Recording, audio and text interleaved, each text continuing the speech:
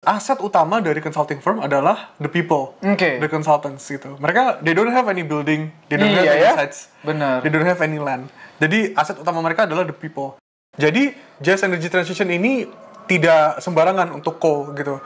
Karena saat kita ingin menghentikan coal, apa yang harus kita lakukan untuk bisa sustain power tadi di jutaan rumah, lalu pekerjaan-pekerjaan tadi dan juga GDP kita gitu ya, karena coal selain untuk listrik, tapi kita juga komoditas ekspor.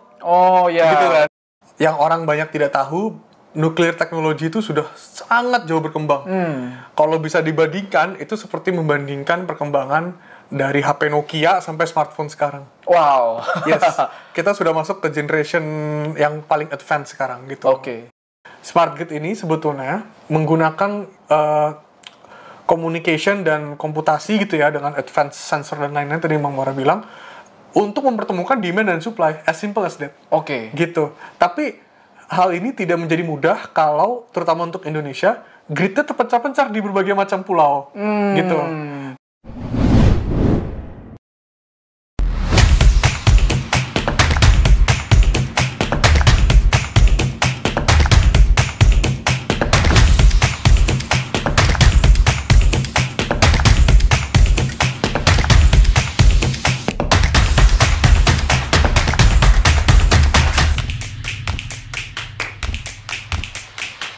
Kita masuk ke sesi professional life. Tadi udah banyak tentang personal life ya, dan sedikit banyak tentang karir. Tapi kita mau masuk ke bagian yang sifatnya technical dan industry level. Tapi sebelum itu tentunya kita akan minta satu advice dari Reinhard. Apa sih yang menjadi masukan buat Reinhard untuk anak-anak muda sekarang gitu, yang ingin mencoba manajemen consulting?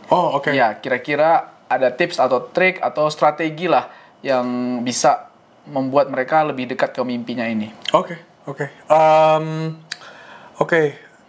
Very interesting. Jadi memang kalau aku melihat itu, untuk masuk ke manajemen consultant itu there is never one way gitu ya, selalu multiple ways gitu ya. Menurutku sih untuk tipsnya itu, aku merasa ada 3 yang utama gitu ya.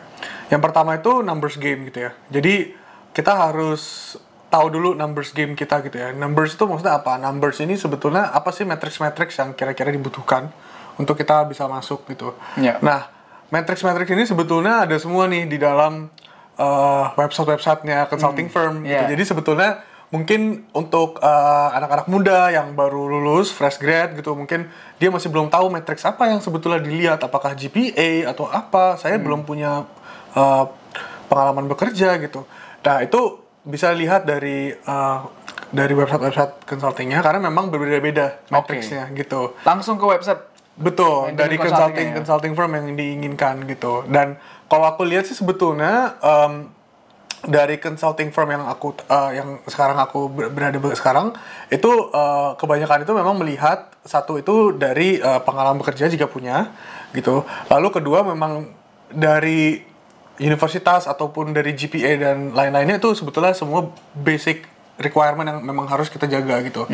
Gitu. Tapi di luar itu memang sebetulnya yang dilihat juga sebetulnya bagaimana kita bisa adapt dengan lingkungan baru gitu. Jadi mungkin di CV atau di dalam resume kita juga harus kita tampilkan bagaimana kita bisa adapt with new things. Kita bisa solving problem dan lain sebagainya gitu. Jadi this numbers game dan matrix dan apa saja kira-kira kriteria yang diperlukan itu perlu dijaga gitu. Lalu yang kedua memang menurutku sih tipsnya adalah stay updated gitu ya. Jadi semua consulting firm gitu ya, itu semuanya punya program-program nih untuk reach out ke talent di luar sana.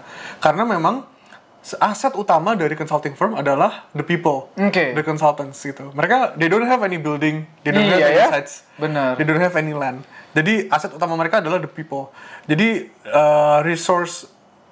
human resource mereka benar-benar invest di waktu dan di capital mereka untuk bisa mendapatkan talent terbaik. Jadi mereka punya banyak outreach program untuk bisa meng-acquire talent-talent terbaik dari segala jenis level, dari undergraduate, postgraduate, bahkan sampai PhD. Itu semua ada program-programnya gitu. Jadi stay updated gitu ya. Dan yang ketiga itu practice and practice. Oke. Jadi yang ketiga ini sebenarnya penting karena memang salah satu tantangan terbesar untuk masuk ke manajemen consulting itu adalah case interview-nya. Oke. Gitu. Case interview-nya itu ada beberapa tahap. Gitu, bisa 4 sampai 5 bahkan 6 kali. Oke. Dan kita interview dengan partner level gitu ya. Dan memang di sini ada banyak sih sebetulnya tips-tips untuk interviewnya, tapi menurut saya tips utama adalah practice gitu. Karena practice tuh benar-benar makes perfect di dalam case interview. Itu sih paling dari saya. Wah, terima kasih banyak atas 3 tipsnya ya. Tadi numbers game, kemudian stay updated, dan yang terakhir practice Yes, ya. Betul. Oke. Kita masuk ke bahasan tentang sustainable energy nih. Iya, bahasan yang kita tunggu-tunggu dari awal tentang industri ini. Tapi tadi thank you banget untuk pesan dan kesannya. Ini sangat berharga banget untuk para pemirsa Romora Edwards Channel supaya atau biar kamu paham gitu ya. Dan kita tahu nih ya bahwa saat ini Indonesia sudah menggaungkan bahwa ingin mencapai SDG 2030, di mana untuk mencapai itu tentunya perlu meng-acquire banyak energi yang terbarukan, energi yang clean gitu ya. Dan kita juga melihat bahwa untuk mencapai sustainable future ini, kita perlu melakukan suatu konsep yang namanya just transition. Nah, bisa nggak ya Reinhard untuk sharing tentang apa sih just transition ini dan bagaimana just transition ini penting untuk memastikan Indonesia bisa mencapai sustainable development goals-nya. Oke. Jadi in the simplest terms, just energy transition ini adalah mengidentifikasi dan juga melindungi hak-hak dari pihak-pihak yang bisa mendapatkan konsekuensi dari energy transition. Oke. Gitu. Jadi identifikasi. Apa maksudnya identifikasi di sini? Kita harus melihat secara komprehensif pihak-pihak mana yang akan mendapatkan konsekuensi dari energy transition gitu. Kenapa saya bilang konsekuensi? Bukannya energy transition itu bagus gitu. Energy transition in the long term adalah suatu hal yang baik untuk planet dan untuk orang-orang di dalamnya. Karena energy transition, transisi ke energi yang lebih bersih, membuat kita mempunyai efek yang lebih sustainable untuk bumi gitu ya, dan juga untuk orang-orang di dalamnya gitu tentunya. Tapi untuk transisi ini ada konsekuensi-konsekuensi yang sifatnya short term yang perlu kita pecahkan nih solusinya gitu. Yang paling mudah adalah loss of jobs gitu. Karena banyak sekali di sini orang-orang yang bekerja di bidang energi yang tidak terbarukan atau energi kotor gitu ya. Seperti orang-orang di oil and gas atau di batu bara gitu ya, atau di gas bumi gitu. Nah, there are millions of jobs di dalam bidang ini. Jadi kita tidak bisa serta-merta untuk sekejap saja transisi langsung ke energi bersih. Bagaimana dengan orang-orang ini gitu? Orang-orang yang sudah membina edukasi dari awal, bahkan sampai PhD, ada PhD oil and gas kan. Lalu bagaimana mereka berkesinambungan di dalam energi transisi ini gitu kan? Jadi itu yang salah satu contohnya gitu. Jadi untuk Indonesia terutama untuk kita bisa mencapai Sustainable Development Goal ini gitu ya. Jadi Sustainable Development Goal-nya ada beberapa pilar gitu ya. Jadi selain energy transition juga ada misalnya unemployment gitu ya. Dan juga misalnya ada kesehatan gitu ya. Nah, semua hal-hal ini perlu kita lihat satu persatu sehingga kita juga tidak mendeny hal-hal yang lain selain energy transition gitu. Sehingga energy transition ini juga bisa secara sustainable dikembangkan gitu, tidak hanya menjadi sesuatu yang berdampak tidak baik untuk banyak orang gitu. Mungkin itu sih konsepnya untuk just energy transition. Just energy transition ya. GET. Just energy transition. Nah, bicara soal transisi, banyak yang bilang bahwa batu bara merupakan salah satu industri tidak terbarukan yang high carbon gitu ya. Padahal kita shifting ke low carbon economy. Betul. Nah, bagaimana just energy transition ini misalkan bisa diterapkan di use case batu bara? Kira-kira penjelasan untuk mereka gimana nih stakeholder mappingnya atau just energy transition-nya? Oke. It's very interesting question dan sekarang juga sebetulnya sedang marak digaungkan gitu ya di pemerintahan kita gitu. Jadi just small facts saja gitu ya. Sekarang tuh kita punya 90 plus batubara plant di Indonesia. Dan itu produce lebih dari 40 gigawatt gitu. 40 gigawatt itu sama seperti 20 sampai 30 juta rumah. Wow. Jadi ada 30 juta rumah yang terpower oleh batubara gitu. Selain itu, batubara itu juga accounts to 3,5% dari GDP Indonesia gitu. Untuk miningnya saja ya gitu.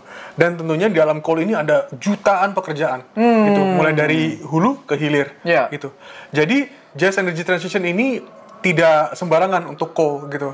Karena saat kita ingin menghentikan coal, apa yang harus kita lakukan untuk bisa sustain power tadi di jutaan rumah, lalu pekerjaan-pekerjaan tadi, dan juga GDP kita gitu ya. Karena coal selain untuk listrik, tapi kita juga komoditas ekspor. Oh ya, gitu kan? betul. Untuk Ada Indonesia, ada betul. juga untuk ekspor ya. Yes, jadi kita harus hati-hati untuk kita bisa phase out coal, tidak bisa sembarangan gitu.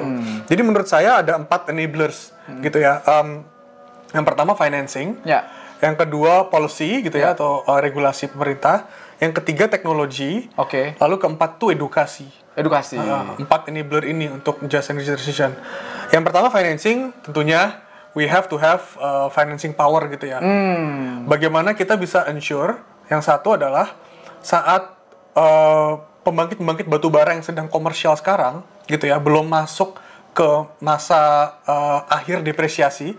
Itu saat kita mau menyelesaikan proyeknya, bagaimana kita bisa mengcover residual value sampai di akhir depresiasi gitu. Mungkin Bang Mora lebih mengerti lah. Mungkin agak teknis. Tapi financing support itu perlu agar kita tidak serta-merta mengakhiri suatu power plant batu bara, tapi kita juga bisa mengakhiri dengan menjaga bisnis-bisnis yang mensupport industri tersebut. Jangan sampai kita membangkrutkan orang lah intinya. Betul.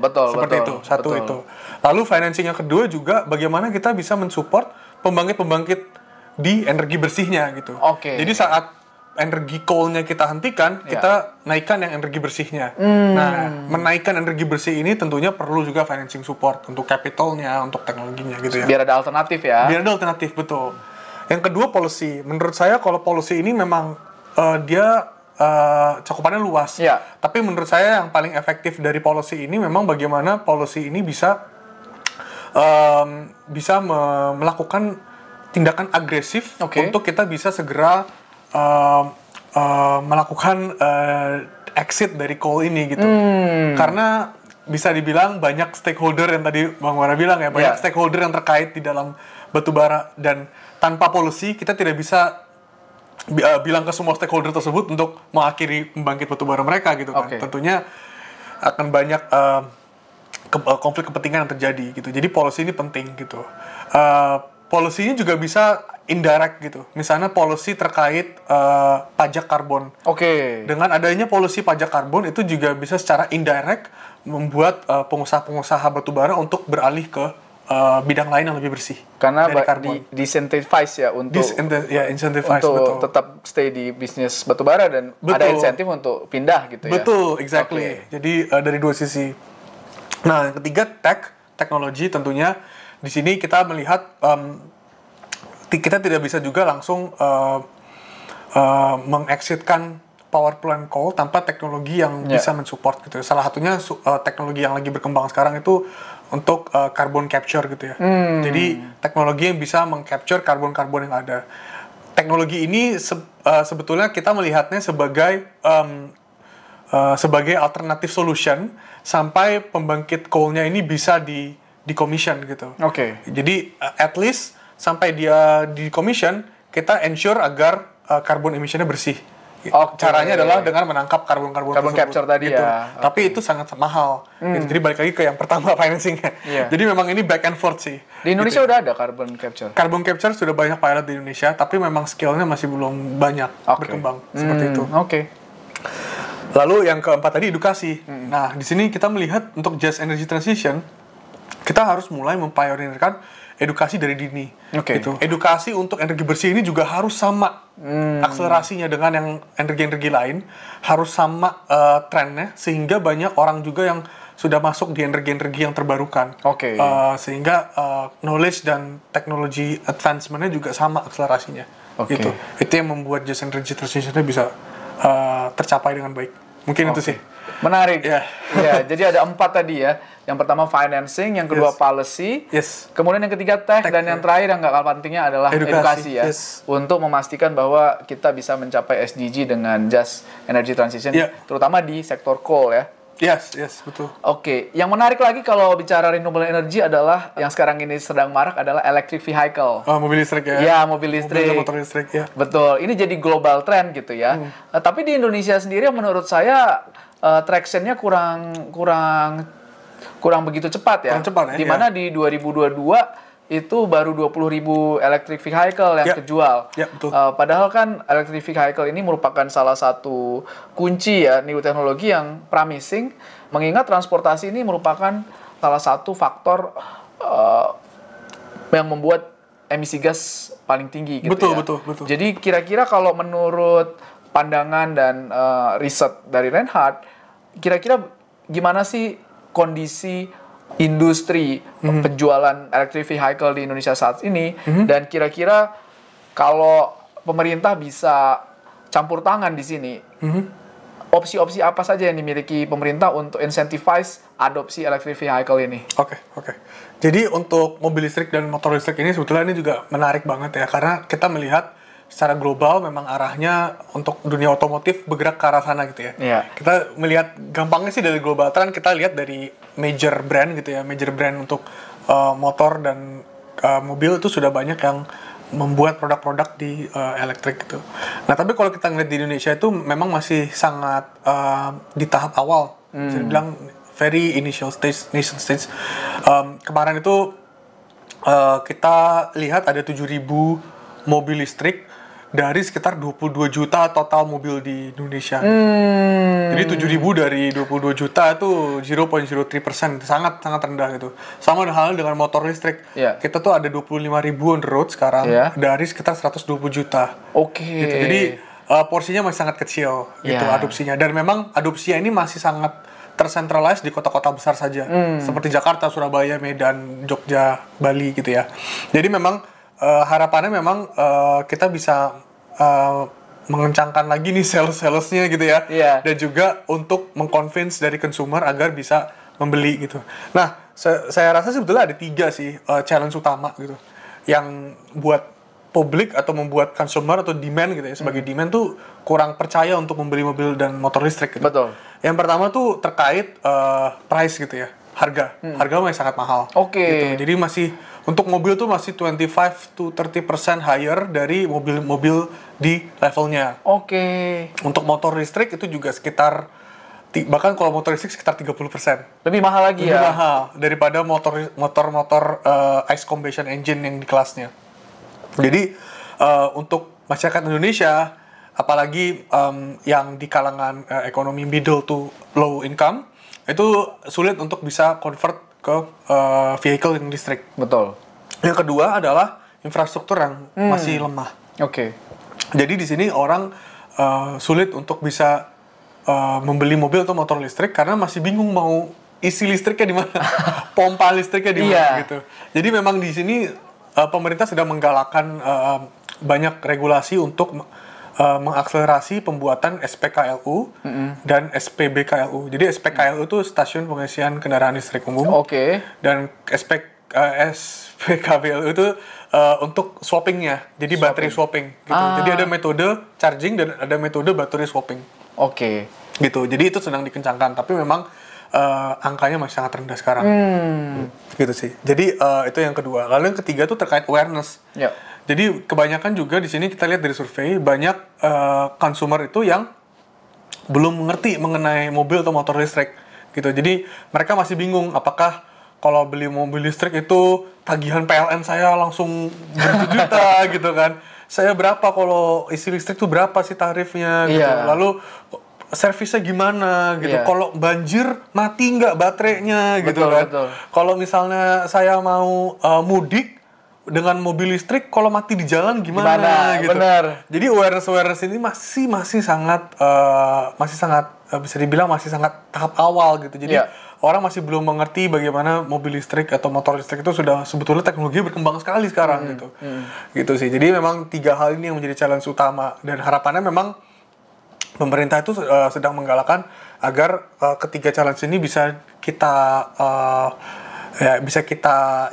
kita bisa temukan solusinya di tahun ini. Yeah. Untuk price itu pemerintah sedang sebetulnya masih di tahap regulasi gitu ya, masih belum tembus persetujuan, tapi akan ada subsidi. Subsidi untuk mobil atau motor listrik. Yes, betul. Subsidi di awal ya untuk purchase price. Lalu untuk infrastruktur tadi juga sedang digalakkan gitu ya. Sekarang ada banyak infrastruktur yang sedang dibangun. Itu banyak mungkin di kantor atau di mall itu sudah dibangun charging listrik gitu ya. Harapannya seperti itu. Untuk awareness memang itu kita sedang galakkan dengan cara memang kebanyakan itu lewat ini sih, acara-acara event motor atau mobil gitu ya. Itu biasanya di situ nanti ada experience center gitu, nanti orang bisa driving experience gitu ya, ngelewatin kubangan gitu, banjir nggak mati gitu kan. Kayak gitu. Jadi aware ya. Jadi aware, nggak apa-apa. Yes, itu sih mungkin untuk terkait mobil dan motor listrik. Iya, menarik banget ya. Tadi mungkin terkait infrastruktur, saya juga sering itu ikut motor yang ride hailing ya. Itu ada yang listrik kan? Yes, sudah ada. Nah, banyak yang komplain ke saya kalau motor listriknya itu tipe yang charging. Dia lebih suka yang swapping. Yang swapping ya. Iya, karena charging itu butuh 6 jam. Betul. Sedangkan yang swapping itu tinggal ke Indomaret, Alfamart atau tempat-tempat swalayan gitu bisa langsung ganti.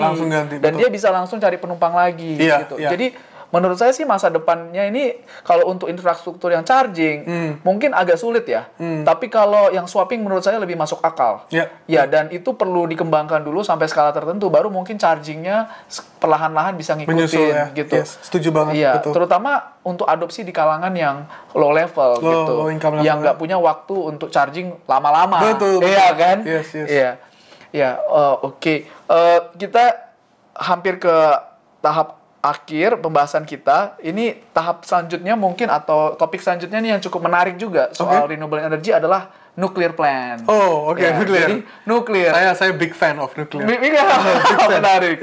Jadi kita tahu kan bahwa kalau kita mau buat pembangkit listrik, itu sebenarnya nuklir ini cukup efektif. Yes. Kita tahu bahwa Korea punya banyak nuklir plant, Jepang juga punya, dan dari usaha yang dibuat itu sebenarnya emisinya kecil tapi elektrisitinya besar. Gitu. Namun Indonesia sejauh yang saya tahu belum punya nuklir plant satupun. Ini ada apa ini?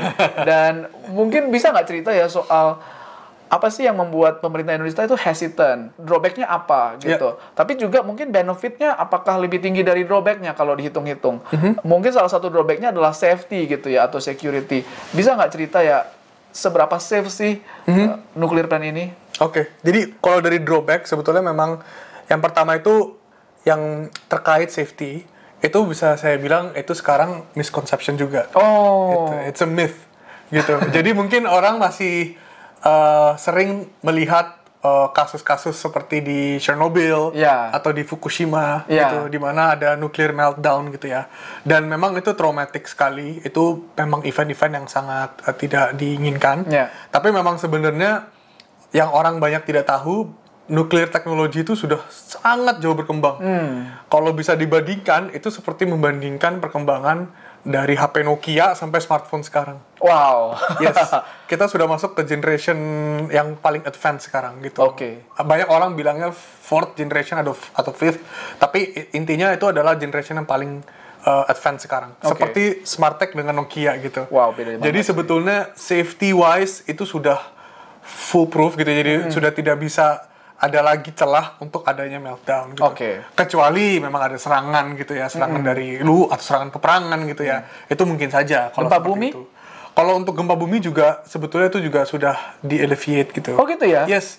Karena sebetulnya yang tidak stabil dalam power plant nuklir ini tuh sebetulnya core-nya gitu. Nah, core-nya ini juga sebetulnya sudah banyak supporting teknologi yang sudah membuatnya cukup stabil gitu. Saya bukan PhD physician nuklir gitu ya, tapi yang saya tahu memang sekarang itu kemungkinan dia bisa meltdown-nya sudah sangat-sangat kecil gitu. Below 1% gitu sih. Itu misconception yang pertama. Mungkin yang drawback yang mungkin minor saya bilang itu ada di waste-nya gitu, terutama wastewater-nya ya. Karena memang byproduct dari nuklir ini bahkan memang dibuang ke mungkin river terdekat gitu ya, atau kubangan terdekat yang ya itu harus ada solusinya tuh, bagaimana kita bisa. Tapi banyak power plant di luar negeri yang sudah menggunakan water treatment teknologi untuk wastewater ini gitu. Tapi tentu intensif banget dong ya kalau nuklir ya. Yes, betul. Lalu drawback kedua sebetulnya yang menjadi hindrance utama kenapa pemerintah ataupun banyak perusahaan yang belum bisa masuk adalah capital yang sangat besar. Oh. Yes. Jadi memang untuk power plant di renewable energy, nuklir ini masuk nomor 3 yang paling mahal capitalnya. Gitu. Yang pertama itu adalah offshore wind, jadi turbin angin yang di laut, itu paling mahal. Paling mahal. Ini capital wise ya. Investment. Lalu yang kedua itu battery storage gitu ya. Yang ketiga tuh nuklir gitu. Iya, jadi dia tuh 8 sampai 10 juta USD per megawatt gitu ya. Wow. Kalau mau dibandingkan gitu ya, power plant seperti gas bumi atau batu bara itu 2 sampai 4 juta USD per megawatt.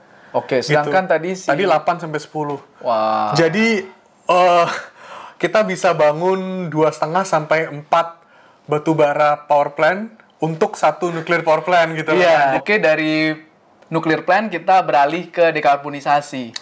Nah, dekarbonisasi adalah proses untuk reducing atau eliminating carbon emission yang berlaku di berbagai sektor di perekonomian. Betul. Mungkin salah satu aspeknya yang saya bisa pikirkan adalah bagaimana pemerintah mau mengubah energy mix Indonesia, di mana 23% shares dari energy mix Indonesia di 2025 itu berasal dari renewable energy. Dan untuk itu mungkin ada nggak ya cara-cara yang paling efektif untuk mencapai mix dari renewable energy ini? Apakah ada sektor yang harus ditingkatkan atau sektor yang harus dikurangin? Kira-kira cara yang smooth itu seperti apa sih, strategi yang bisa dilakukan pemerintah sekarang ini? Sip. Ini menarik banget nih dekarbonisasi. Jadi mungkin kalau mau bahas dulu nih konsep dekarbonisasi ya, sebetulnya ada 3 nih. Reduce, avoid, sama capture gitu ya. Nah, untuk reduce sendiri sebetulnya bagaimana cara kita mengurangi emisi karbon kita. Itu bisa sebetulnya dimulai dari rumah tangga gitu, dari perorangan gitu. Cara mengurangi karbon emisi di rumah kita, di transportasi kita, itu sampai ke level bisnis gitu ya, ke level industri. Gitu, itu untuk reduce. Lalu lompatan ketiga, capture gitu ya. Capture itu adalah effort di mana dengan teknologi kita bisa mengcapture karbon yang akan dirilis ke atmosfer gitu. Gitu. Jadi ada banyak caranya, bisa di capture lalu dimasukkan ke dalam laut atau dimasukkan ke dalam tanah gitu.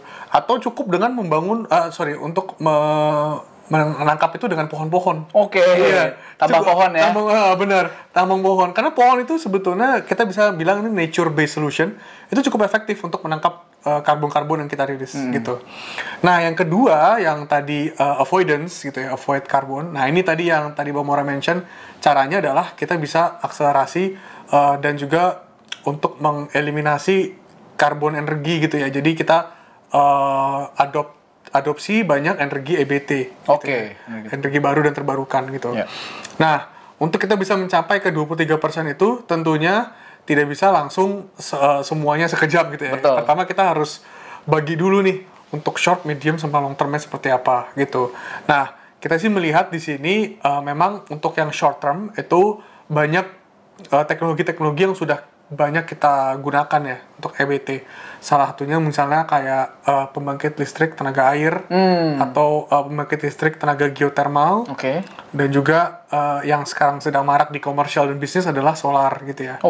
Nah, 3 ini kenapa sangat mudah? Karena memang kita sudah punya banyak bisnis dan existing power plant yang menggunakan teknologi-teknologi tersebut gitu. Jadi sebetulnya cukup mudah dan banyak investor juga sudah tertarik di sini gitu. Solar itu matahari maksudnya? Yes, solar itu matahari. Ya, matahari. Nah, untuk matahari, challenge-nya di sini memang intermittency-nya gitu. Jadi memang dia di sini tidak bisa menghasilkan listrik saat tidak ada matahari. Gitu. Dan cara untuk bisa cara untuk mendapatkan solusinya adalah dengan di-store di baterai. Gitu. Tapi dengan adanya store baterai ini investasi akan jadi jauh lebih mahal. Karena baterai itu pembuatannya mahal banget ya. Pembuatannya mahal, betul. Dan juga baterai sendiri harus dalam skala yang besar. Wow. Otherwise kita tidak bisa mengalirkan listrik ke grid yang sangat besar itu. Benar. Gitu. Untuk tenaga air sebetulnya itu cukup baik perkembangan di Indonesia, tapi memang limitasi juga gitu terkait sungai atau potensi dam yang bisa kita bangun di Indonesia gitu ya. Dan juga kebanyakan memang karena lokasinya terrennya itu cukup susah, jadi susah untuk kita bisa mendapatkan potensi yang baik di situ gitu. Oke. Gitu. Untuk geothermal itu juga salah satu yang sedang mau dikembangkan lebih, karena kita punya potensi geothermal yang luar biasa. Oke. Kita adalah negara di Ring of Fire, Ya. artinya kita punya banyak volkanik, tektonik gitu, lempengan tektonik di bawah Indonesia, sehingga punya banyak geothermal energi yang luar biasa gitu. Ya. Dan kita tuh baru tap sangat kecil dari potensi yang kita punya sekarang gitu. Jadi sebetulnya untuk geothermalnya harapannya ini yang bisa menjadi cara kita untuk mengakselerasi sih untuk EBT. Oh gitu ya. Gitu.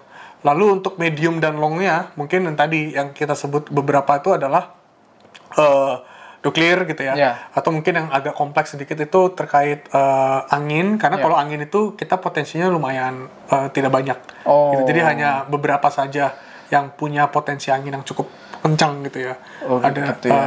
Cuma it's a very handful, dan mungkin perlu ada breakthrough teknologi di situ. Ini di Jaksel nih banyak angin nggak bisa ya? Di Jaksel anginnya beda. Iya. Oke. Mungkin kayak gitu sih. Nah, salah satu topik yang juga menarik gitu sebetulnya biofuel gitu. Jadi mungkin biofuel ini bisa dibilang akan menjadi pengganti untuk petrol atau gas kita gitu ya. Untuk BBM atau mungkin bahkan pengganti aftur gitu ya. Gitu. Tapi untuk biofuel ini masih banyak halangan-halangan sih. Dari sisi teknologi dan juga dari sisi pengembangannya di masa depan gitu. Menarik banget tadi menyebutkan tentang biofuel ya.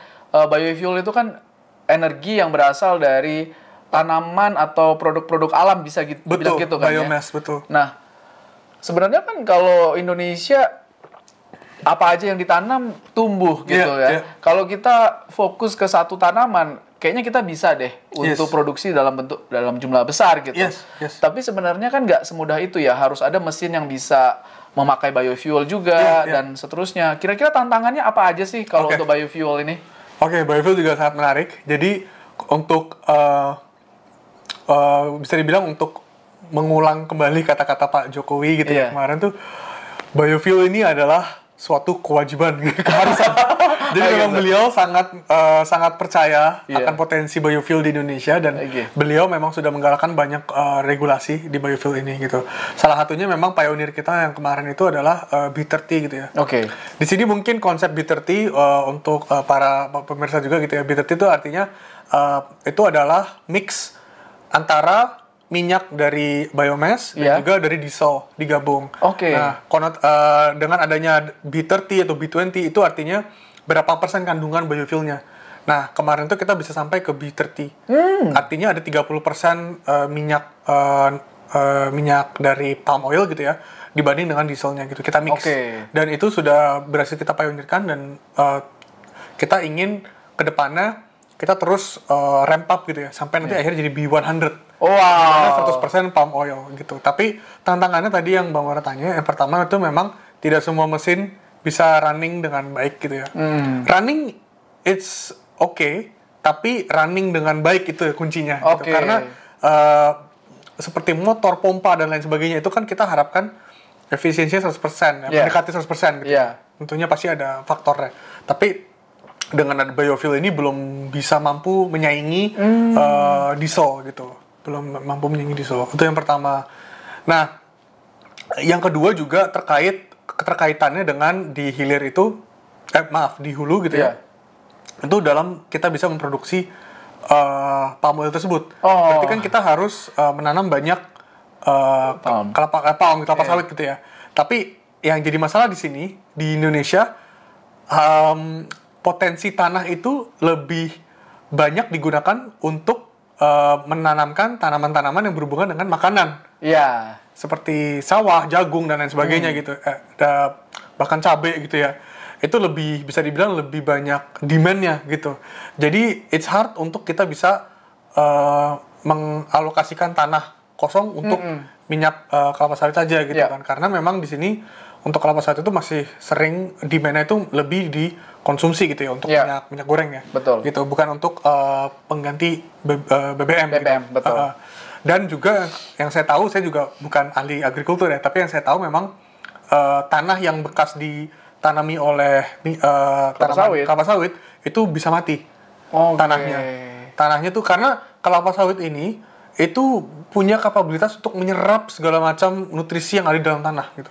Jadi setelah setelah tanaman ini menyerap itu semua, akhirnya kandungan nutrisi di dalam tanahnya juga jadi sedikit gitu. Gitu. Jadi itu yang membuat orang jadi wah, saya tidak mau menanam kelapa sawit kalau memang nanti nggak akan saya bisa gunakan lagi untuk tanaman lainnya. Seperti itu sih. Menarik banget. Ya, jadi ada masalah juga ya soal penanamannya itu, mungkin ekosistemnya jadi rusak ya gara-gara kelapa sawit ya. Dan yang mungkin tadi soal B30 dan B20, kalau soal emisi gimana? Dari biofuel ini apakah emisinya lebih rendah atau lebih tinggi? Jadi memang dengan kandungan dieselnya berkurang gitu ya, karena yang tadi 100% jadi 70, lalu adanya biofuel, memang menjadi lebih kurang untuk kandungannya. Tapi memang tetap ada carbon emissionnya gitu. Maka dari itu perlu ada si carbon offsetnya sendiri gitu. Nah, itu yang masih perlu dikembangkan memang. Tapi kalau kita lihat dari end-to-end life cycle-nya gitu ya, dari end-to-end diesel versus biodiesel gitu, memang lebih green yang biodiesel gitu. Karena end-to-end-nya sendiri kan mulai dari diesel misalnya, itu mulai dari crude oil gitu ya, dari kita menarik dari bawah tanah atau dari bawah laut, itu kan sudah penuh dengan karbon gitu ya. Betul. Gitu, prosesnya. Jadi memang kita di sini melihat bagaimana cara kita bisa mengurangi perlahan seperti itu sih. Benar. Dan ya, terobosan baru sebetulnya kemarin itu adalah kita sudah bisa pilot dengan bioaftur. Ya. Jadi pesawat sudah ada yang terbang dengan bioaftur. Gitu ya? Iya, sudah berhasil terbang. Iya. Menarik banget karena tadi mungkin banyak orang yang melihat emisi itu pada saat pembakarannya aja ya. Iya. Padahal sebenarnya emisi itu harus dihitung dari total industrinya ya. Betul. Mulai dari eksplorasi sampai dari hulu ke hilir itu berapa sih emisi yang harus dipakai gitu ya. Betul. Dan itu sering banget dilupakan oleh banyak orang gitu. Betul. Menarik banget nih insight-nya. Ini terkait tentang itu, mungkin kita beralih ke topik efisiensi ya. Efisiensi dari electricity grid. Nah, jadi sekarang itu ada terminologi istilahnya smart grid ya, di mana kita punya electricity grid yang menggunakan advanced sensor dan juga kontrol teknologi untuk mengimprove efisiensi dan reliability dari power system. Nah, sejauh mana efisiensi bisa bertambah atau improve ketika kita punya smart grid? Apa ini penting-penting banget atau sebenarnya just good to have gitu? Boleh di-sharing nggak ya? Oke. Jadi kalau kita ngomong power system, itu sebetulnya ada dua hal yang kita perlu lihat ya, penting, yaitu demand and supply. Sebetulnya ini mirip sama finansial ya, sama moneter. Tapi sama sebetulnya konsepnya, demand and supply. Gimana caranya kita bisa make sure our supply itu bisa meng-cater our demands. Intinya kan itu aja. Gitu. Jadi saat kita mau nyalain lampu, ada listriknya, kan intinya itu. Yang jadi masalah adalah di sini demand itu sangat fluktuatif gitu. Demand listrik di perkotaan gitu ya terutama, itu biasanya akan peak di malam hari. Karena orang baru pulang, hidupin lampu, hidupin AC, nonton TV atau pergi ke mall. Jadi demand listriknya peak di situ. Sementara di pagi sampai siang hari itu mereka melandai gitu ya, berkurang di suatu titik tertentu. Nah, akibatnya apa itu? Akibatnya fluktuatif ini jadi tidak bisa disinergikan dengan supply-nya gitu. Karena supply ini kan running terus gitu. Turbin untuk menggenerate listrik itu kan running terus 24/7. Gitu, sehingga sulit untuk kita bisa mempertemukan supply dan demand ini. Itulah gunanya adanya grid yang bisa menyimbangkan demand dan supply tersebut gitu. Nah, smart grid tugasnya apa? Smart grid ini sebetulnya bisa dibilang sebagai solusi untuk kita menjawab tantangan yang akan kita dapatkan dengan adanya percepatan EBT. Gitu. Kalau tadi kan kita lihat yang fluktuasi di demand saja. Ya. Sementara supply mungkin more or less selama ini bisa dibilang stabil gitu ya supply-nya. Dari batu bara atau dari gas gitu ya. Betul. Tapi dengan adanya EBT, energi baru terbarukan, supply juga jadi fluktuatif. Karena EBT sendiri kan tadi saya bilang banyak intermittensinya gitu ya. Iya. Kadang dia nyala gitu ya saat ada matahari, solar panel nyala, saat ada angin, pembangkit listrik nyala, saat hujan gitu, PLTA juga banyak curahan airnya gitu. Betul. Ya. Jadi karena sekarang supply dan demand sama-sama fluktuatif, akhirnya grid jadi tidak mampu untuk menghandle itu semua. Dan akhirnya yang terjadi sekarang banyak grid yang juga akhirnya pada satu waktu tertentu tidak bisa menyeimbangkan demand dan supply dan akhirnya banyak mati lampu. Oh itu penyebabnya ya? Yes. Tidak hanya mati lampu sih, bisa juga ada kota yang sebetulnya nggak mati lampu tapi kota lain jadi mati lampu gitu karena nggak seimbang. Gitu konsepnya power system ya. Jadi unbalanced gitu. Nah, bagaimana bisa membalance? Inilah gunanya smart grid. Smart grid ini sebetulnya menggunakan communication dan komputasi gitu ya dengan advanced sensor dan lain-lain tadi Bang Mora bilang untuk mempertemukan demand dan supply as simple as that. Gitu. Tapi hal ini tidak menjadi mudah kalau terutama untuk Indonesia gridnya terpecah-pecah di berbagai macam pulau, gitu. Jadi memang di sini selain juga gridnya terpecah-pecah di berbagai macam pulau, smart grid ini juga sebetulnya bisa dibilang teknologi yang masih advanced dan juga selain dari itu juga cukup mahal, gitu. Tapi memang sulit untuk bisa mendapatkan smart grid level nasional yang sudah bisa mampu merealisasikan yang konsep yang saya tadi bilang, gitu. Makanya kenapa pemerintah itu smart grid-nya masih level micro. Kita bisa bilangnya micro grid atau micro smart grid, micro grid gitu. Kita mulai ada beberapa banyak, ada di Sumbawa, itu mulai bikin micro grid. Jadi mereka hanya bikin smart grid-nya di level pulau saja dulu. Satu pulau dulu. Iya, agar bisa dikontrol. Karena kalau level nasional lumayan sulit. Tapi itu bisa, antar pulau nasional itu bisa disatukan. Untuk sekarang sih memang grid kita masih terpencar-pencar. Belum ada yang lewat bawah laut. Tapi memang banyak inovasi-inovasi gitu ya, terutama untuk high voltage di bawah laut yang akan dikembangkan di masa depan. Tapi belum ada realisasinya untuk Indonesia. Gitu. Jadi kita masih terpencar-pencar nih di pulau-pulau. Nah, untuk pulau yang kecil mungkin smart grid ini bisa. Tapi kalau pulau besar seperti Sumatera atau Jawa itu masih sulit karena kita belum punya inovasi dan juga financing support yang kuat untuk smart grid tersebut. Gitu sih. Menarik banget. Jadi mungkin kedepannya nih akan makin jelas ya ketika kita lihat penggunaan renewable energy makin tinggi dan ada ketidakseimbangan atau variabilitas dari supply dan demand itu. Smart grid ini akan makin penting role-nya untuk memastikan demand-nya bisa tercapai kapanpun itu dimanapun dengan supply yang juga kadang-kadang intermittent gitu ya. Betul, terutama juga dengan adanya tren mobil listrik tadi. Karena mobil listrik ini akan banyak di charge saat malam hari, saat orang tidur, gitu. Jadi nanti kebutuhan pada malam hari itu akan lebih spiking lagi. Nah, that's why kita butuh smart grid ini sehingga kita bisa melihat nih tren-tren di kota apa yang spikingnya lebih tinggi, mana yang tidak, dan itu bisa mengkontrol supply-nya seperti apa. Itu sih sebetulnya. Menarik banget, Reinhard. Thank you nih untuk sharing insight-nya. Jadi teman-teman semua pemirsa di Romora Edwards Channel, semoga tadi penjelasan dari Reinhard bisa buat kamu paham dan kamu semakin tahu hal-hal apa saja yang perlu dipenuhi untuk mencapai renewable energy yang sustainable.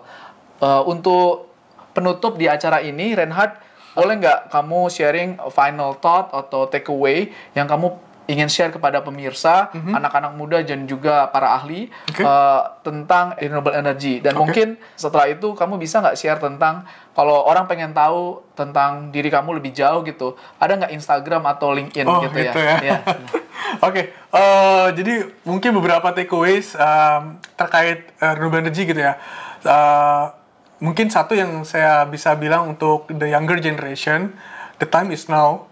Jadi memang this energy shift itu happening now dan sekarang adalah saatnya kita bisa ambil bagian di dalam energi transition ini. Jadi jangan takut, jangan khawatir untuk teman-teman di luar sana yang mungkin juga mungkin edukasinya, oh saya di teknik yang di bidang energi yang high carbon gitu seperti tambang atau minyak, nothing to worry gitu, karena kita juga tetap butuh banyak expertise di high carbon field juga gitu untuk kita bisa ensure this just transition gitu. Lalu mungkin untuk profesional ataupun mungkin di investor di luar sana, mungkin the key takeaway adalah Indonesia mempunyai banyak potensi yang luar biasa untuk energy transition, dan memang investment atau financing support itu menjadi salah satu key utama gitu ya, untuk kita bisa build the ecosystem untuk future energy gitu.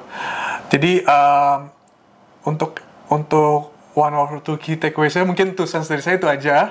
Kalau mau connect atau mungkin mau lebih tahu mengenai saya, bisa connect di LinkedIn Reinhard Sahala Partogi, atau Instagram juga boleh gitu. Tapi walaupun Instagram banyak kan fotografi sih. Oh iya, beda ya. Tapi it's okay. Saya ada Reinhard SP. So feel free untuk follow kalau mau connect atau mau bisa catch up dengan saya untuk berbicara dengan hal-hal seputar energi atau mungkin di hobi-hobi yang lain, feel free to do. So, itu mungkin dari saya. Thank you. Thank you Reinhard penjelasannya biar kamu paham. Jadi teman-teman semua, kita tahu bahwa the world of energy is continually evolving, dan untuk bisa sukses di bidang energi, kamu harus stay sharp dan stay informed. Untuk itu, pastikan kamu keep learning, keep exploring, and keep pushing the boundaries of what's possible dengan ikuti terus podcast Romora Edwards dan subscribe, dan sampai jumpa di episode berikutnya. Terima kasih teman-teman. Sampai jumpa.